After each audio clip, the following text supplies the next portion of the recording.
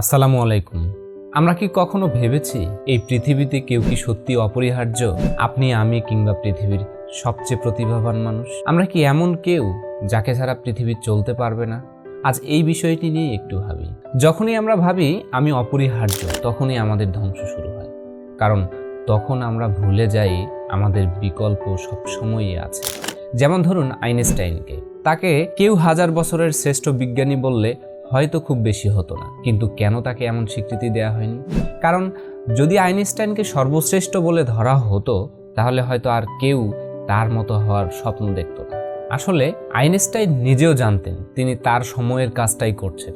তিনি চলে যাওয়ার পরেও পৃথিবী থেমে যায়নি, পৃথিবী কখনোই থামে। জর্জ অরওয়েল যেমন বলেছিলেন, man is the only creature that consumes without producing. আমরা অনেকেই হয়তো কোনো অবদান ছাড়াই শুধু ভোগ করছি, কিন্তু মনে রাখবেন, অবদান কম হোক বা বেশি হোক, কেউই অপরিহার্য নয়। তাহলে এই পৃথিবীতে আমাদের আসল কাজ কি? আমাদের উচিত আমাদের কালের কাজটি করা, যতটুকু সম্ভব অবদান রাখা। কারণ আপনি আমি না থাকলেও পৃথিবী থেমে থাকবে না। তাই আসুন নিজের কাজকে গুরুত্ব দেই, অহংকার নয়। সব সময় মনে রাখি আমরা সবাই আসলে একে অপরের পরিপূরক। বন্ধুরা, আজকের ভিডিওটি কেমন লাগলো? আপনার মতামত অবশ্যই কমেন্টে জানাবেন।